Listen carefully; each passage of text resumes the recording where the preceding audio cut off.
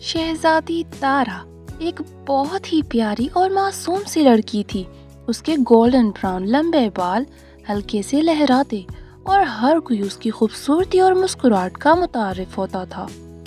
تارا اپنے ابو بادشاہ کے ساتھ ان کے بہت بڑے اور شاندار چاکلیٹ محل میں رہتی تھی۔ یہ محل عام محل سے بالکل مختلف تھا۔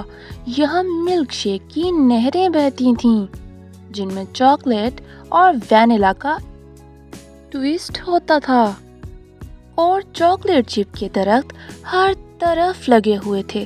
محل کی ہوا ہمیشہ میٹھی چاکلیٹ کی خوشبو سے مہک رہی تھی۔ محل کے بیچوں بیچ ایک بہت بڑا اسٹرابری چاکلیٹ فوارہ تھا۔ یہ فوارہ اتنا حسین تھا کہ اس کا رنگ لال اور گلابی تھا، اور ہر وقت چھوٹی چھوٹی چاکلیٹ کی بوندیں ہوا میں اچھلتی رہتی تھیں۔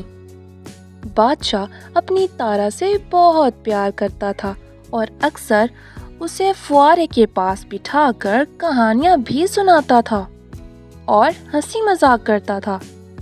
شہزادی تارا کا دل بہت زیادہ نرم اور پیارا تھا۔ تارا چھوٹی چھوٹی باتوں میں خوشی ڈھونڈ لیتی تھی، اور جب بھی فوارے کے پاس جاتی اس کی آنکھیں خوشی سے چمک جاتی تھیں۔ بادشاہ اکثر سوچتا، یہ میری بیٹی ہے اور اس کی خوشی میری دنیا ہے۔ واقعی تارا اور فوارہ ایک دوسرے کے لیے بہت زیادہ خاص تھے۔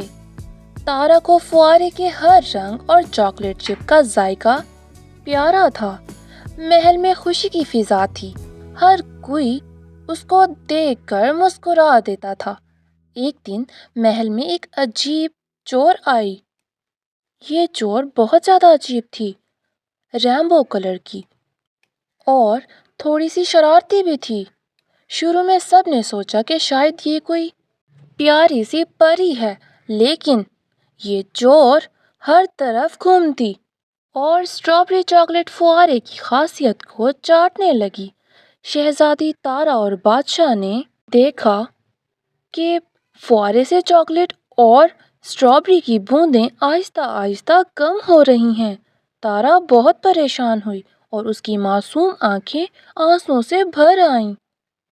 بادشاہ نے تارا کا ایک ہاتھ پکڑا اور کہا، فکر مت کرو، ہم اس کا ضرور حل ڈھونڈ لیں گے۔ چور محل کے سب سے بڑے خفیہ کونے میں بیٹھ کر اسٹرابری آئس کریم کا مزہ لینے لگی۔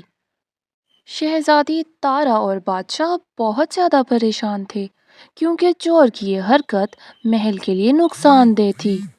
اگلی صبح تارا اور بادشاہ نے دیکھا کہ چاکلیٹ اور اسٹرابری کی بوندیں کم ہو رہی تھیں۔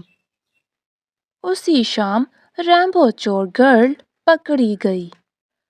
تارا نے رینبو چور گرل سے پوچھا، آپ ہمارے فوارے کو کیوں چاٹ رہی ہیں؟ یہ ہماری خوشی کا راز ہے۔ رینبو چور گرل نے اپنی آنکھیں گھمائیں اور آہستہ سے بولی، میں صرف دیکھنا چاہ رہی تھی کہ یہ فوارہ کتنا خاص ہے، لیکن میں چاکلیٹ اور اسٹرابری سے مذاق کر رہی تھی، مگر میں نہیں چاہتی کہ کوئی اداس ہو۔ بادشاہ نے چورنی سے کہا، اگر آپ ہماری خوشی سمجھ کر چھوڑ دیں تو ہم آپ کو بھی فوارے کا مزہ ضرور چکھا سکتے ہیں۔ رینبو چور گرل نے تارا اور بادشاہ کی بات کو اچھے سے سمجھا اور وعدہ کیا کہ اب وہ محل میں صرف صفائی اور دیکھ بھال کے لیے ہی آئے گی، نہ کہ چاکلیٹ اور اسٹرابری کو چاٹنے کے لیے۔ اس دن کے بعد تارا اور بادشاہ نے محل کے ہر کونے کو اور بھی زیادہ خوبصورت بنایا۔ فوارہ اور چاکلیٹ چپ کے درخت دوبارہ سے چمک اٹھے۔ تارا نے فوارے کی طرف دیکھ کر محبت سے کہا، اب ہم سب ساتھ ہیں اور کوئی بھی ہماری خوشی کو چھین نہیں سکتا۔ شام کے وقت محل کے سب فوارے اور درخت چمک اٹھے، خاص طور پر اسٹرابری چاکلیٹ فوارہ۔ چاکلیٹ فوارے نے ایک رنگین سی روشنی بکھیر دی۔ تارا نے سوچا کہ کیوں نہ محل کے سب بچوں کے لیے